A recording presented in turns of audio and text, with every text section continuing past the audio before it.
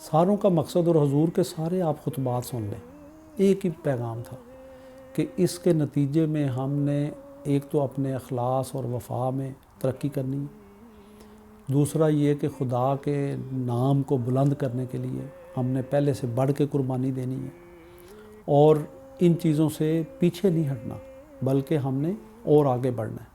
بس اگر ہم دعاؤں اور استغفار میں اس کا حق ادا کرتے ہوئے جت گئے، اگر ہم نے مسیح محمدی کے ارشادات پر صحیح رنگ میں عمل کیا، وہ تبدیلیاں پیدا کر لیں جو اس زمانے کے امام ہم میں پیدا کرنا چاہتے ہیں، اپنی راتوں کو دعاؤں سے سجاتے رہے، استغفار کے ساتھ خدا تعالیٰ کے حضور جھکتے رہے، تو یہ مخالفتیں اور ظلم جو در حقیقت جماعت کی بنیادوں کو کمزور کرنے کے لیے کی جا رہی ہیں، یہ جماعت کا بال بھی بیکا نہیں کر سکتی۔ ان مخالفتوں کے پھل یقیناً جماعت کی کامیابی کی صورت میں لگنے ہیں، اور ضرور لگنے ہیں اور لگ رہے ہیں، اور کوئی دنیا کی طاقت ہزار کوششوں کے باوجود بھی جماعت کو پھلنے پھولنے اور بڑھنے سے نہیں روک سکتی۔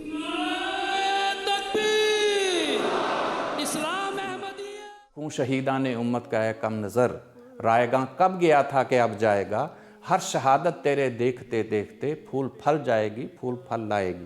تم یہ سمجھتے ہو کہ جو خون کر دیا یہ ضائع چلا جائے گا، نہیں، یہ بھی کم نظر ہو تمہاری نظر، تمہاری بصیرت کام ہی نہیں کر رہی۔ ہماری بصیرت یہ کہہ رہی ہے، جو خدا نے ہمیں عقل اور سمجھ عطا فرمائی ہے، وہ بتا رہی ہے کہ انشاءاللہ وہاں تو ملے گا، اس دنیا میں بھی احمدیت کا غلبہ ہوگا۔ اور تم یہ شہادتیں کر کے سمجھ رہے ہو ہم نے غلبہ روک دیا، یہ نہیں رکے گا۔ اور یہ دیکھ لیں پھر جو ہجرت ہوئی تھی اس وقت جرمنی میں کتنی مسجدیں تھیں، آج کتنی مسجدیں ہیں، یو کے میں کتنی تھیں، آج کتنی ہیں، پوری دنیا میں کتنی تھیں، آج کتنی ہیں، کتنے مشن ہاؤسز تھے، اور کیا باقی دنیا میں احمدیت کی ترقی رک گئی؟ اور وہ اگر پاکستان میں اس کو روک کے ہر قسم کی پابندیاں، ظلم ستم، جو ظلم وہ کر سکتے ہیں کر رہے ہیں، اور وہ سمجھ رہے ہیں، نعرے بجا رہے ہیں کہ ہم کامیاب ہو گئے، یہ بھی تو غلطی ہے نا۔ اس لیے کہ یہ اسلام ہے، احمدیت حقیقی اسلام ہے۔ مخالفین ہمیں کہتے ہیں کہ قرآن کریم کی اس تعلیم کے خلاف حضرت صلی اللہ علیہ وسلم کے مقام کی تعریف کرو ورنہ ہم تمہاری گردنیں کاٹیں گے۔ ہماری تعریف کے مطابق لا الہ الا اللہ پر عمل کرنے کے لیے تیار ہو تو ٹھیک، ورنہ مرنے کے لیے تیار ہو جاؤ۔ ہماری تعریف کے مطابق محمد رسول اللہ صلی اللہ علیہ وسلم کی تعریف کو سمجھنے کے لیے تیار ہو تو ٹھیک، ورنہ اپنی جان سے ہاتھ دھونے کے لیے تیار ہو جاؤ۔ ہم اپنے مخالفین سے کہتے ہیں کہ ہمیں اس کلمے کی قسم جو قیامت کے دن ہمارے اور تمہارے درمیان فیصلہ کر کے بتائے گا کہ لا الہ الا اللہ محمد رسول اللہ سے حقیقی وفا کرنے والے ہم ہیں کہ تم۔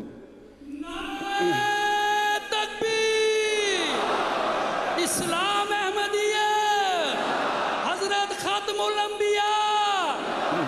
لا الہ الا اللہ محمد رسول اللہ اس دنیا میں بھی ہمارے دل کی آواز ہے، اور اگلے جہان میں بھی ہمارا گواہ بن کر دشمن کے گریبانوں کو پکڑے گا۔ ہم کسی مولوی، کسی عالم اور کسی حکومت کے خوف سے خوفزدہ ہو کر، مال و جان کے ضائع کر دیے جانے کی دھمکیوں سے ڈر کر، قتل کے فتووں سے پریشان ہو کر، ظالمانہ طور پر گرنیڈوں کے حملوں اور گولیوں کی بچھاڑ سے اپنے پیاروں کو شہادت کا رتبہ پاتے دیکھ کر اس شان محمدی کے قائم کرنے سے کبھی پیچھے نہیں ہٹنے والے۔ بس اے احمدیو، تم اس ظلم پر پریشان نہ ہو کہ الہی جماعتوں سے یہی ہمیشہ روا رکھا گیا ہے۔ ان ظالموں کا معاملہ خدا تعالیٰ پر چھوڑو۔ جماعت احمدیہ کی ترقی جیسا کہ میں نے کہا ہے، نہ پہلے کبھی ان واقعات سے رکی ہے، نہ آئندہ انشاءاللہ رکے گی۔